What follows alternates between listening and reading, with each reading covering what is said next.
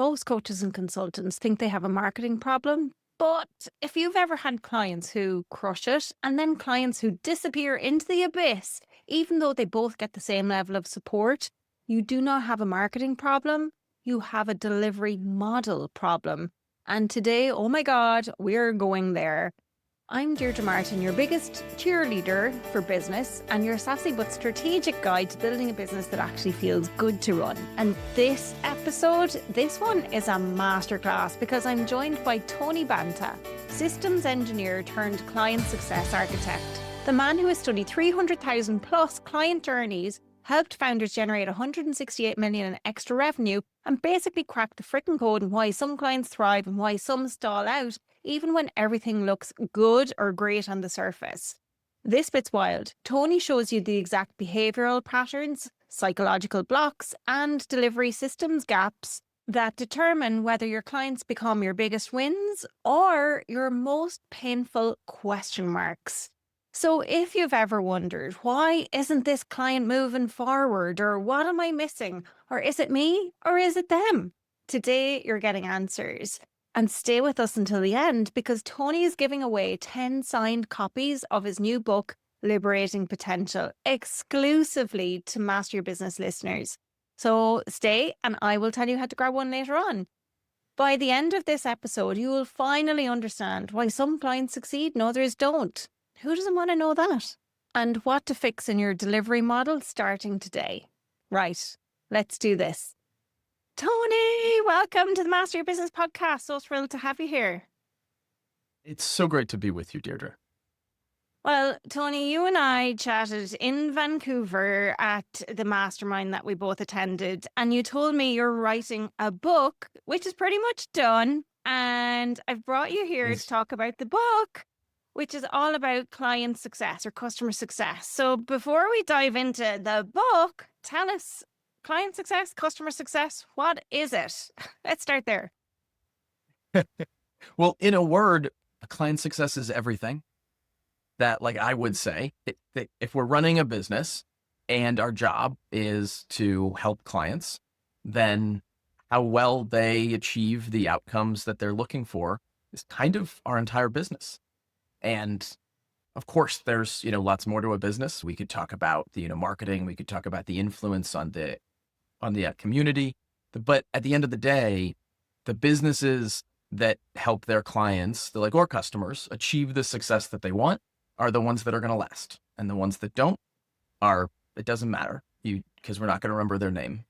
So true. And I totally agree with you. But one thing that I feel is that a lot of people focus on getting the clients and then they focus on amazing delivery, but maybe forget about the success part. Can you speak to that? Yes. And I love that question. And that I so appreciate that your experience in, seeing the way that people think and the way that they operate, that, with all of your clients that you do an amazing job that leading, as we've talked about. The delivery is important. Absolutely. The operations of a business are important. But I like to differentiate between efficiency, which I think a lot of people think about, let's efficiently move people, through the onboarding process. Let's deliver, control costs while producing the best quality, widgets if we happen to be in a product business. But the other side of that is effectiveness. And efficiency before effectiveness is a really bad formula. Are we allowed to use profanity? I noticed that most of your episodes have the explicit tag. Is that okay? When we put efficiency first before effectiveness, we just do stupid shit faster and more efficiently. The flip side is where success comes in. Some of my background is in Lean and Six Sigma, and which are consulting. They are consulting methodologies. Six Sigma famously sort of pioneered by General Electric, that was the study of it was looking at how well are we accomplishing the purpose, the customer's requirements, how well are we accomplishing that? It was the effectiveness. And so client success is the effectiveness. It is if our clients are, coming to us so that they can be more fit. Then at the end of a 3-month program, are they more fit? Or if they come to us so that they can, get a promotion at work, a lot of amazing programs around, leadership and around career development, are they able to do that at the end of the day? That's client success, to make it super practical. And the same thing is true for customer success. I bought a little widget, I've been tinkering in my spare time with smart home, with a bunch of, smart home, because I'm an engineer at heart. So I love to tinker. And I bought I just looked at it. It was 2 years ago. I bought a little widget that's supposed to make my fireplace, my gas fireplace, smart. It had terrible instructions. It had no, it required me to do electrical wiring mixed with a gas fireplace that made me very nervous. And so it sat on my shelf for the last 2 years. Well, that created no success. That created no value in my life. And just now, with the help of, I got a custom GPT that will teach me some of the electrical wiring that I needed to make it work. And just now do I have it working. But if I were running that particular company, that particular department, I would be looking at, what are the percentage of people that have the device sitting on the shelf as opposed to have it working? What's the percentage of people who know how to create the automations around it so that their home feels beautiful and functional, as opposed to the ones that are, frustrated, returning or like me, just setting it on the shelf. And when I see it, I feel bad because it's created no value. Yeah. I have so many things that are just sitting there that are not done yet. I kind of blame my husband that they're not done, but then I'm like, Deirdre, it's actually your own fault. Get the finger out and do it. But you're so right. When things are too complicated or too difficult, people won't take action. And I'd love to hear what your thoughts are from a coaching perspective on this, because consulting is a little bit different to coaching. And a lot of the people listening are typically coaches or consultants. But with a coach, the idea is that you ask the people questions, that they're resourceful and whole, and that they have the capability of doing the thing, right? That they write their own instructions and move forward.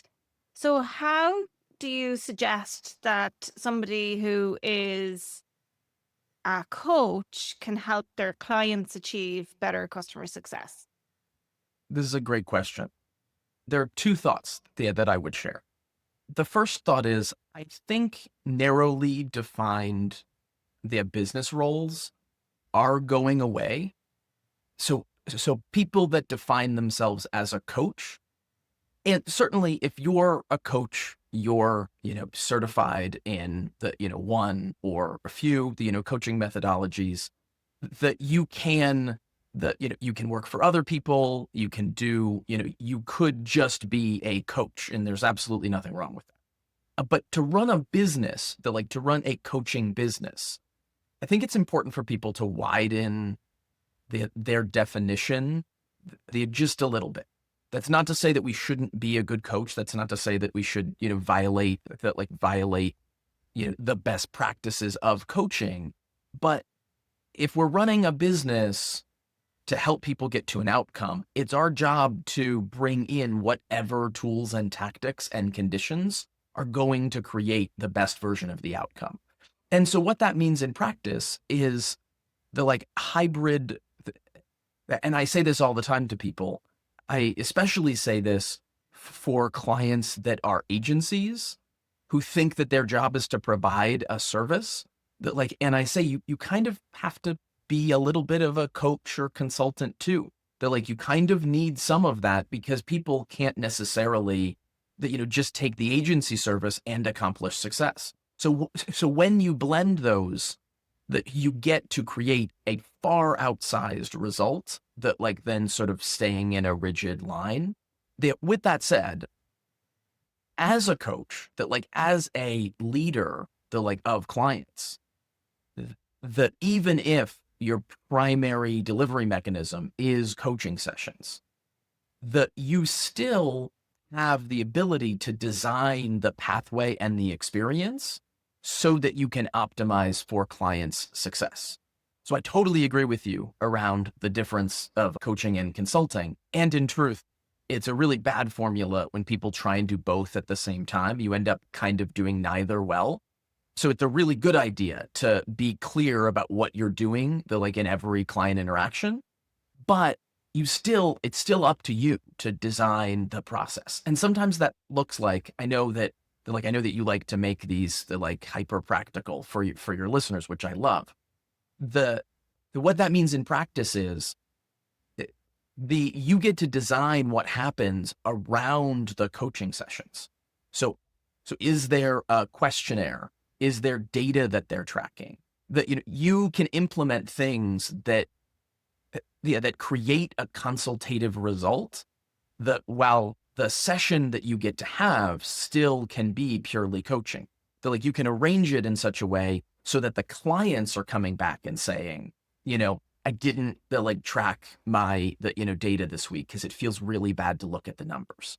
And then you can just be a coach and say, that's really interesting. What do you think about that? Where is that? Where is that showing up? What do you think could be a possible resolution to that? You can then still be a coach, but you've created the environment you've brought the leadership to create the conditions so that you can still help the client get to that ultimate result with a much higher level of success. That's such a great explanation, Tony. And I think what's really interesting to add to that is recently I read a statistic that when you qualify the clients that you're going to work with from a coaching perspective, if they're ready, like really ready to do the work, they're 40% more likely to achieve the success that they sign up for you to work with you for in the first instance. So you're 40% of the way there. If you qualify them and make sure they're ready before they even start. And then the other 60%, that's where all of your strategies you've just mentioned there come into play. And what I'd love for you to share, Tony, is when people look at their success metrics and client success metrics, and here's something interesting, actually. Let me just go back a step. When I started the advanced coaching diploma that I did in 2025 with neuroscience, one of the very first sessions we did, one of the very first classes, our coach supervisor said that you shouldn't measure your success by your client's results. So interesting. But at the same time, I was like, what? Of course I measure my success by my clients' results. If my clients are not making progress, well, that's kind of on me, right? And so when I look back at some of the results and successes that my clients have, there's some where I'm like, fuck yeah, that was amazing. And there's others where I'm like, damn, why didn't that work out better? And I don't, it's like trying to figure that out. And for me, I feel a bit guilty. I feel a bit ashamed. And I'm like, So, what do you suggest when people are looking at, how many clients actually achieved the success, how many didn't? What should they do around that piece? Yes. I love your level of care. And I just want to call that out for a moment, that you are my people, you are you are the best that our industry has to offer, because you do care. And some of that is your own drive, but I also know that's because that every one of the clients is a human who is capable of incredible things. And so when they're struggling, of course your mind goes to say, what should we do? What can we do? I totally agree. And so much of life, this is, I think, part of the growing up, is that we learn that there really are no absolutes, that so much of life is a balance between multiple things. Masculine and feminine is a perfect example. That one is not that, despite some of the things we may read on the, dark corners of the internet, that neither one is good, that They're like, neither one is inherently good and the other inherently bad. We kind of need both to create life. And I think the same thing is true of what your, of what your certification program leader said, that where it is really important as a coach to have a level of detachment of the results that happen in the micro. And because there's nothing worse. And I've been here, right? I've made this mistake where, when we care more than our client does about their result, really weird things happen. That it is not we do not we do not lead them with the best experience that we should, or coach them, with the right experience. So we need to have a detachment in the micro, that we need to be okay with any of our clients failing, because at the end of the day, they need to do the work. And if we get in there like a helicopter parent, if we get in there, and care more than they do, we actually disempower them, which is perhaps the worst thing that we can do. The flip side of that, though, and this is the differentiator that I would make, is the micro versus the macro. In the micro, we need to be okay, as I was just saying. But in the macro, looking at the aggregate of the data, we very much want to track the results that are created. I think a really important thing to say to coaches that are just starting out is it's really important that what Deirdre said there is even more important for you, that you could have a string of clients who really struggle, and that may have nothing to do with how well you're coaching them. A lot of the time, to just reference back to the statistic that Deirdre said, a lot of the time it's because we're bringing on the wrong clients. So we're attracting the wrong clients. And so that may be the outcome, that may be the kind of conclusion that we draw from looking at that macro data. But we do want to still understand what went wrong. That, whenever we do a lot of client fulfillment, audits, where we'll go into an organization and we'll collect a whole bunch of data. That we've done this hundreds of times. We have data on over 300,000 client journeys over the last decade. So we've seen a lot of these. And that when we do that, we obsess over the clients that didn't get good results. And when I say obsess, we get to do that with our client because we have a level of detachment. So that's much easier for us to do than it is for them to obsess over that. I wouldn't necessarily say that a coach should obsess over their own, clients' results. But the reason why we do is because we want to understand what really happened. And so we look at that data in a container that with the coach or the consultant or the practitioner, whatever it happens to be, but with a level of curiosity and with very specific instructions so that we can look at it from a systems perspective. So that we can say, what was missing? What did that client need? And a good percentage of the time, that there was nothing that the organization could have done. It was probably a client who shouldn't have been enrolled. And that's a tricky line to draw. We can, of course, talk some more about how we draw that line. But the thing that we see overall is there's almost always 10%, sometimes even 20% of a client population who will never get the results that are discussed and promised in the marketing, no matter what they do. No matter what the client does, no matter what the organization does, no matter what the firm, the coach, the consultant does. The flip side is also true. This is the 80-20 rule, the Pareto principle. 10 to 20% of the client population will get great results no matter what you do. The thing that's really important is the 60 to 80% in the middle. That's the group that we can actually affect. And the really important thing is that, and this is what almost every organization gets wrong, is that all of the attention goes to the 10 to 20% at the bottom and the 10 to 20% at the top. So that's where all the attention goes. We want to spend time with the winners because they make us feel good, because that's fun. And we feel bad, or at least those of us who, care, like we do, feel bad when people are struggling. And so we want to lean into that group of people. that like where a much better question is looking at the behavioral indicators so that we can map, what actually differentiates someone from the bottom, 10 to 20, the top 10 to 20, and then the middle 60 to 80.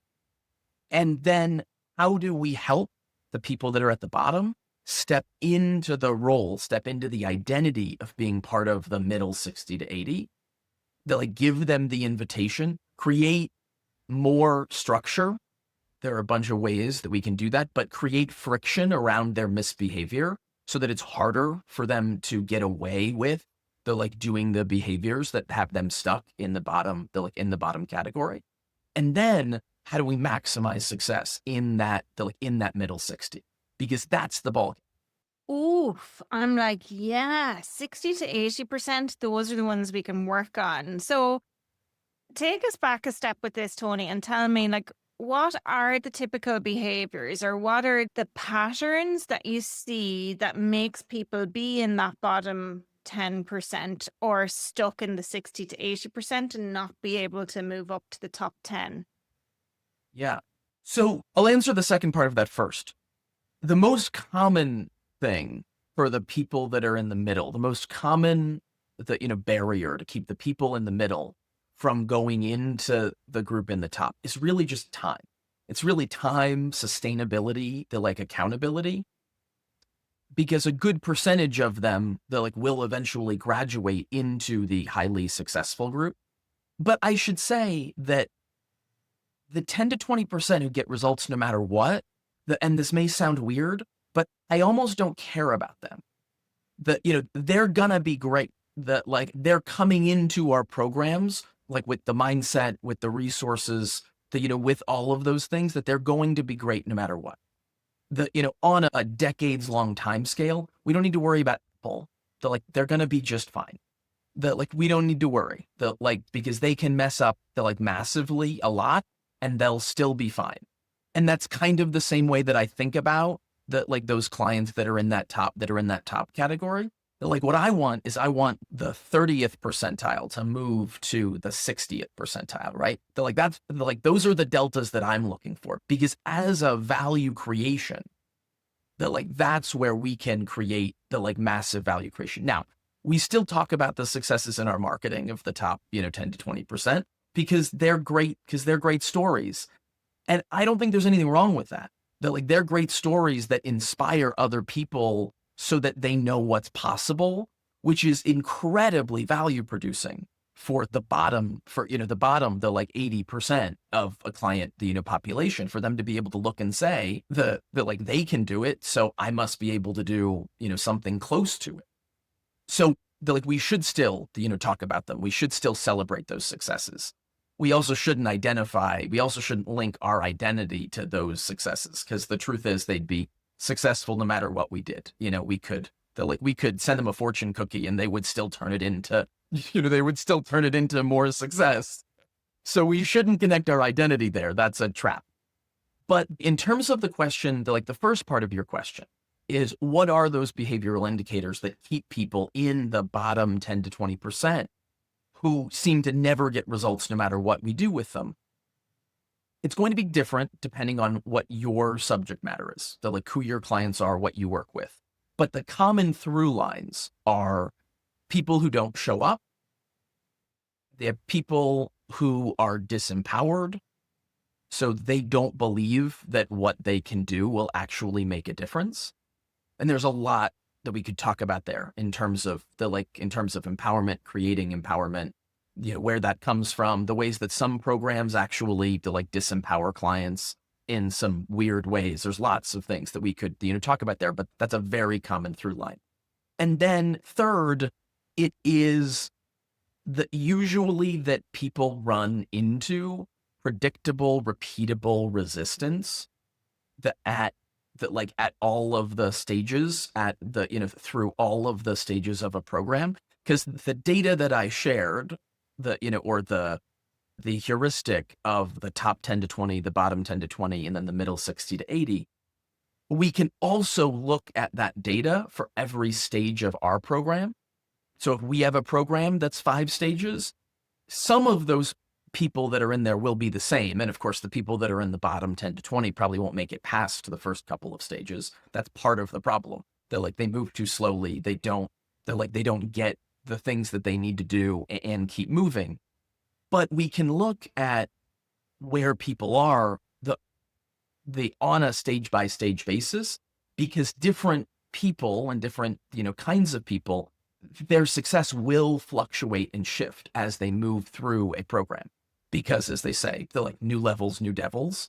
And somebody that may be really great at the first stages of a program may really run into hidden resistance. And I say hidden resistance because if we're not asking the right questions and looking at the right data, that we may just think somebody got busy. Like, we look at the surface level excuses of where people drop off, but there's always a much more interesting story that lives underneath those surface level excuses.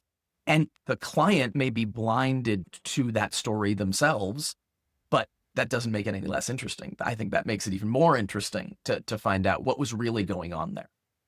That's so true because, yeah, sometimes it's like on the outset, you kind of know what's happening. They're busy, they're in the middle of a launch, they're doing whatever, they're full flow in client delivery because they just won that new contract. And so sometimes you do see people drop off and then come back, or they don't show up, but they're saying they're doing the work when you check in. And it's like, oof, are they doing it or are they not? And so I'm curious, what could a business owner who's listening do to be able to distinguish between it's a journey kind of system problem that they've created versus it's a behavioral psychological problem with client if they're feeling disempowered or something like that? I wouldn't differentiate between those two. I would say they're exactly the same. That, I would say the journey systems things that are there are the very things that create the psychological resistance, or the individual, resistance. And the truth is, it's hard to know it's hard to know exactly what's going on an individual basis. That, when I work with my top tier clients, I spend a lot of time with them. I go reasonably deep. And then we've had programs where we have groups of people that we're serving, 20 to 30, sometimes 50 people at a time. And I can't go that deep. So the approach that I would take to that leader, where I can have really candid and deep conversations with them, where I can ask them hey, you shared with me that, you're really afraid of stepping into the spotlight because of this story that you told me when you were a kid, or, something, whatever the situation happens to be. I can do that with a private client where we go deep. I can't really do that in a group call with other people.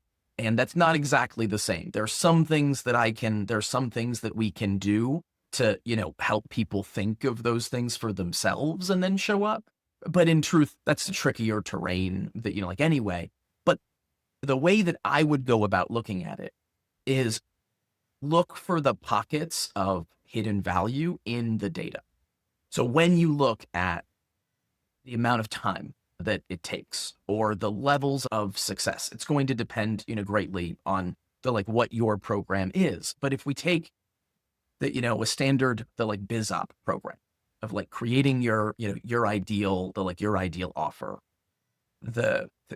selling that to a small group of people, scaling that with some, marketing, things like that. If we take that as a, for instance, then you look at the client results at each of those stages, the biggest gaps that you see, that this is the theory of constraints, that you just look at in the same way that you would optimize a marketing funnel, that where you look at where the biggest drop off is in the funnel, that, you're running ads, they land on the landing page, do they convert for the free offer? Do they buy the next one? We just look at where the biggest gaps are, and then we go to work resolving that. The same thing is true for the client journey, that we just look at where where are the biggest, gaps where people fall off. And then we go to work and say, if we try to do other things, or if we, that's a great opportunity to survey the clients that are there, find out what's going on, where they are at that stage. And then we go to work, seeing how we can the like how we can resolve that. I should give one note about how we resolve it. Sometimes the way we resolve the deeper, the like emotional journey of the clients is by making the practical journey easier so that we smoke out the emotions. So if we're asking clients to do things that require a big lift, there are lots of reasons why that may be hard for someone to do. It could be because they have emotional resistance to doing that, but it could just be time. That like if we're asking clients to do something, that like where a step before they bring back the results is going to be 10, 20 hours. That's a lot to ask someone to do. There's a lot that can hide in there.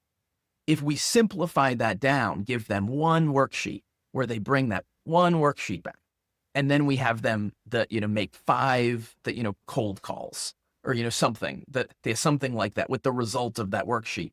It's a lot harder for things to hide. So we just make it really, really easy. This is also where I mentioned before, I love to talk with agencies about building in coaching and consulting. This is also where I love to talk about the, growing the like coaches and consultants and say, add an agency service in there. To like add a piece where you can do some of that for them, because that will then reduce that resistance and smoke out what's really going on for them. Because at the end of the day, we want them to realize what's going on for them. We want them to have a degree of ownership around that and to let their desire to move through that resistance be stronger than whatever that resistance is. Oh my gosh, I love that. And it actually really resonates with me too, because a lot of the clients I have in Million Eyes, they do that. They were consultants initially, but then they have the agency piece, or else vice versa. I've had clients as well who've come and they were agency, but they wanted to actually switch to more consultancy and coaching. So it's interesting to see that and the shift that people go through in their businesses. But that's such a great explanation, Tony. Thank you for that. And I think for somebody who's listening and they're thinking, okay, just give it to me straight, Tony. Be straight with me. Tell me, what are the exact steps that I should create? If my business is brand new, clean slate, I'm literally going out, what exactly do I need to do step by step to guarantee that as much of those 60 to 80% are getting the good results? Yeah. So when you're starting out, because the answer is going to be different there for the, starting out and in the, low 6 figures that range as opposed to a more mature, business. But for the people starting out, it's all about connection. It's all about the depth of the relationship between you and the client. And that brings up a lot of interesting resistance for leaders where there are feelings of, where there's resistance in the leader themselves, where they want to have some arbitrary, boundaries and limits because they may struggle with, people pleasing, or you and I, sometimes they care too much. And that's that's hard. That's hard to do. But looking at that resistance head on and figuring out what you need, because I'm not suggesting when I say connection that you have no boundaries or things like that. That's insane. Of course you want to have boundaries with your clients. But you also want to have boundaries that empower and support deep connection, because when you're starting out, the depth of the relationship is the most important thing. And specifically in that connection where you get to sit in the certainty of what you know is possible, and then in your connection with the client, they can feel that from you along with the psychological safety and trust so that they can tell you what's really going on for them. Those early clients and those early days in a business are magical, because you get to, that is your job. Your job is still figuring out what the product is, even though you've created the, client journey. And if you have not yet, Deirdre has a great download for that. You want to identify the client journey, of course, but then you're refining. Then you're playing that out. You're seeing, okay, how does this work in reality? How does this work with the first 5 clients, with the first 10 clients? Once we go to, 30 clients, that's when we actually get some statistical confidence. Where we can see, where are the people dropping off? which is the most important thing. That like when you say, they tell it to me straight, the real trick is you're not going to have statistical confidence until you get to 30 and then about 100. And so there are going to be two different levels there. You could bring on 5 clients where you enroll the wrong clients, and there's no amount of connection that's going to make them successful. And that's really good data, like if that's what you're finding, to work on your marketing.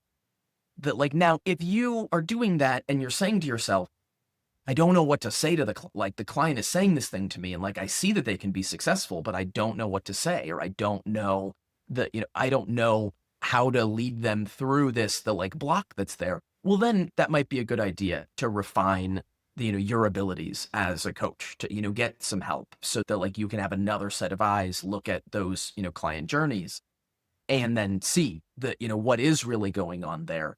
But a lot of the time in those early days, get more clients, get better clients, but also, as much as you can spend time connecting with them. And that's a great way that you can go above and beyond in the surprise and delight, the sort of way with your client experience. Like when I had group programs, when I would have a free afternoon, when we would be, finished with all of the things, I would do a pop-up, ask me anything, where I would drop a message in the group.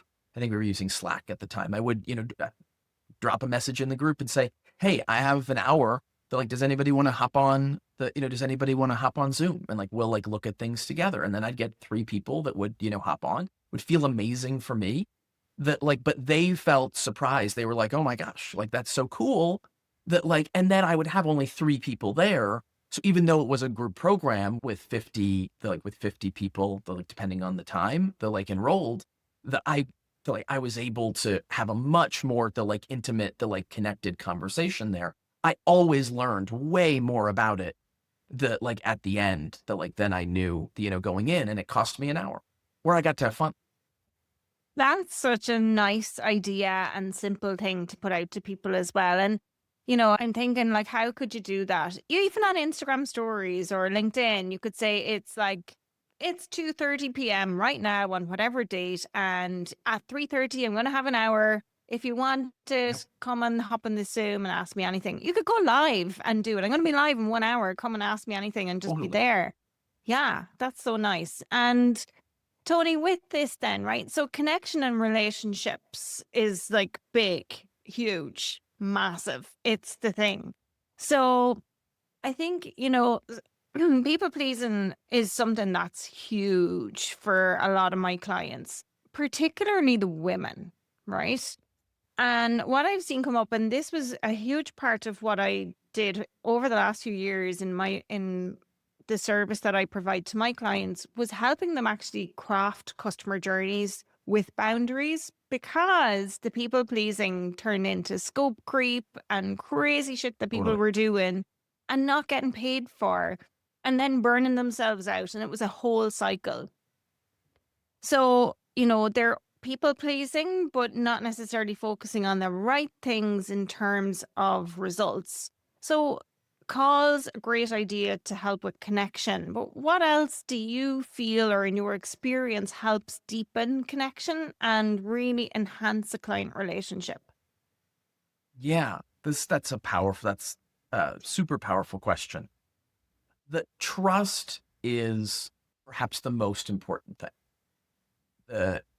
That people will only tell you the important things when they trust you. And the data on trust, Brene Brown has done some really interesting work of course, her work on the vulnerability is incredible. In some of her more recent work, she's done some research on trust and the sorts of things that build trust. And she has this analogy of a marble jar that she uses, which is when when we think of the people that we can trust with the big things, with the existential things, with the things that are scary, which are going to be really important that when we're on a transformational journey, which a lot of programs are, that's what they promise.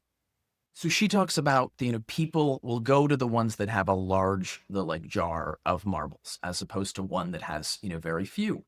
And the marbles that are the kinds of things that build the marbles in the jar, what she was surprised by in the data, and this really surprised me too, but when I reflected on my own life, this was really true, that it's not the big things that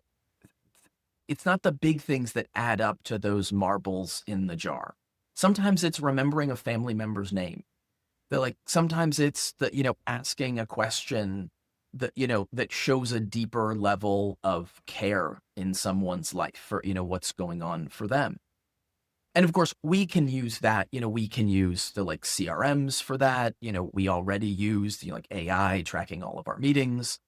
The system that I use allows for some custom system prompts. One of the ones that I built in there that like was when people share personal stories, that like I want a list and bullet points of those personal stories at the end of the meeting notes. So then I don't even have to remember it. That which is cheating, maybe. That like, but I care enough that I want that there. That like I want to remember it. I also just don't want to have to be hyper vigilant when I'm, running the meeting to have to remember those things. So there are all kinds of little ways like that that you can build trust with someone. And of course, as a service provider, as the leader, perhaps the best trust that you can build is incredibly simple, but it is just doing what you say you're going to do. Show up to meetings that like when you say that they're going to happen, that, or if not, that like get in front of that and like let people know. Cause of course things happen, like meetings run late, clients have emergencies, then we have to shift things. Those things happen all the time, but that, communicate that. And whenever you say you're going to do something for a client, do it, which also loops us back to the people pleasing. Cause that's also the reason why you can't indulge like in agreeing to things that aren't the right things to agree to, because then very quickly people get overloaded, and then they can't be in their integrity in all of those little ways, which then erodes trust and can kind of create a bit of a death spiral. So those are some of the things that I would say about building that connection. And that's great because then, the idea is that if they trust you, they're probably going to action the things that you've set out for them to do because you've got that connection and relationship with them. But then how do you measure it, or how do you track that it's working? How do you track that this is having an impact on your business when you put in that level of care and connection with those clients? That's a great question too. I remember I was in a self-help program about a decade, maybe more than a decade ago, like 12 years ago. It was right after my father died, and I was in rough shape. It was not a good time. And I was in this self-help program that had a big community. And I remember saying there was, they encouraged us to, call each other and use the community as support. And I remember having a conversation that, with my friend Eileen from the community. And I said, Eileen, I need the metrics. They're like, I don't even know if any of this stuff is working. They're like, I need the metrics. They're like, what are the, how do I measure the, this? How do I even know if this isn't just all painful for nothing? And I was very frustrated. And and Eileen said to me that, well, does it feel better? Because if it doesn't, then it's not working. And if it does feel better, then it's working. And I would sort of say the same thing. I'm like, don't worry, I'll talk about the metrics in a minute. But I when it comes to connection and client relationships, I would kind of use that as especially when you're smaller, because lots of metrics work when you're larger. But if you're working with your first, 10 clients, or if you, like me for big chunks of my career, work very deeply with a relatively small number of clients, the data is going to be skewed because you're living in the law of small numbers. So I would encourage getting in touch with how it feels. If you don't feel good after a client call, that's a really good thing to do some introspection on. Journaling, write some notes down, maybe put the transcript of the call through ChatGPT and ask it to do an analysis of why the call didn't feel good, share how it felt. I would want to understand why that doesn't feel good. Because if you don't feel good when you're interacting with clients, that is the best data. that is the best data point that I could ever tell you, because there's something there that like, there's something that like where you're not in right relationship that like with either the program, the individual themselves, the like, or your relationship with like with client work, because all the things that I'm talking about should feel good. Like we're made to connect. They're like, I love that, we're in Deirdre and I are in a mastermind together, and like, we just had a call last night, and I felt great after that call. Like, it was so much fun. We got to laugh. We got to learn some new things. They're like, we're made to connect. And so if there's something that is feeling weird about that, or that's feeling strenuous about that for you, that doesn't necessarily mean you're going in the wrong direction, but it does mean that you probably want to find out why. You probably want to find out a little bit more that like inside of that, because there will be really good lessons. Outside, I promised that I'd share about some statistics. At the big three statistics, like we call these the platinum three. They're like the big three statistics that you want to look at are your client acquisition cost, the lifetime gross profit, and unit profitability. And none of those directly measure connection or, client's trust or those things. But inside of those metrics, there absolutely is those things. For instance, customer acquisition cost. When you look at customer acquisition cost, one of the really important sub metrics underneath that is, what is your referral coefficient? For every client that you bring in, how many people do they refer? That is a direct measure of trust. If people trust you, they're going to send people to you. If they don't, they're not.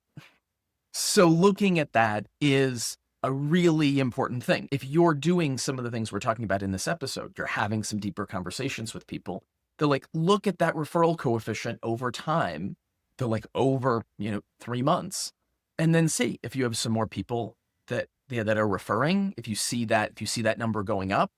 And again, if you're in the law of small numbers, that may be harder to see. You may have a huge referral coefficient because, last quarter you had no people refer, and this quarter you had one person refer, 100% improvement, which is great. But that's I would look at some of those metrics.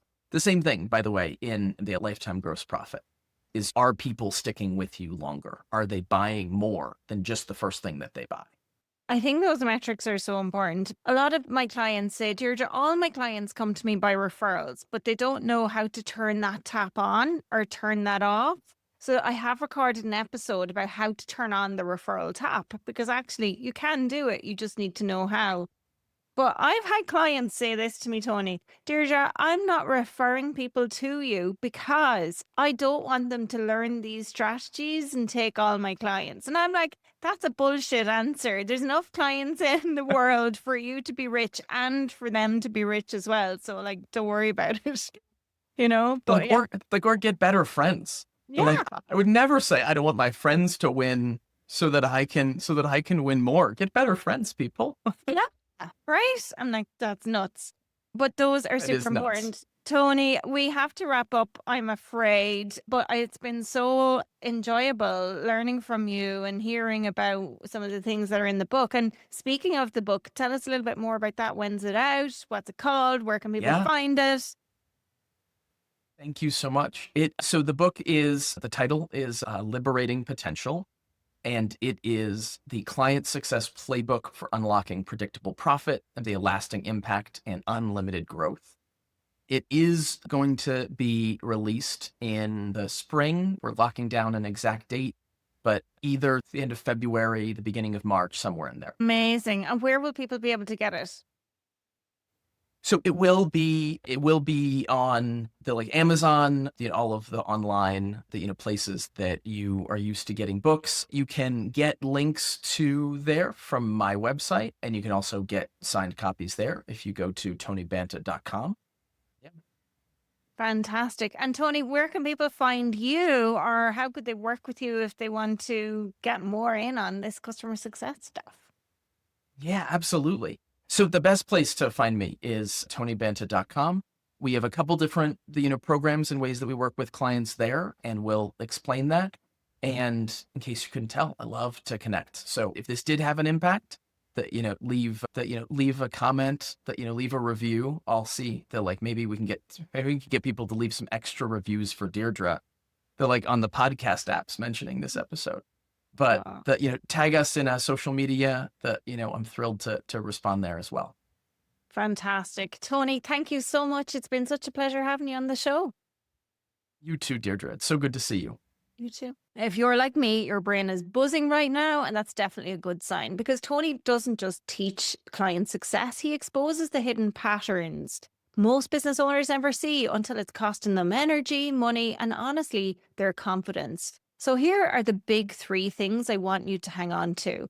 First, success isn't random. 60 to 80% middle group he talked about, that's where your entire business is won. Shift them and everything changes. Second, effectiveness beats efficiency every damn time. Doing the right things faster is still the wrong fucking thing. And third, if a handful of clients always struggle, it's not a moral failure, it's a systems invitation. And now you know what to look for. Your one action for today, pick one stage of your client journey, onboarding, first milestone, midpoint, and ask, where do people slow down? That's your lever. Move that and you'll feel everything else shift immediately. And don't forget, Tony has given away 10 signed copies of his brand new book, Liberating Potential, to Master Your Business listeners. All the details are in the show notes. Go put your name in the hat for this one. Trust me, you will want it. Secondly, the customer journey map checklist that Tony mentioned in the episode, that one's mine. It's there for you to grab for free as well. I will share the link in the show notes. But folks, do me a favor, if this episode hit home for you, share it with one entrepreneur who needs to hear it. And as always, rate, review, follow. It helps the show reach more brilliant humans like you. Until next time, keep mastering your business.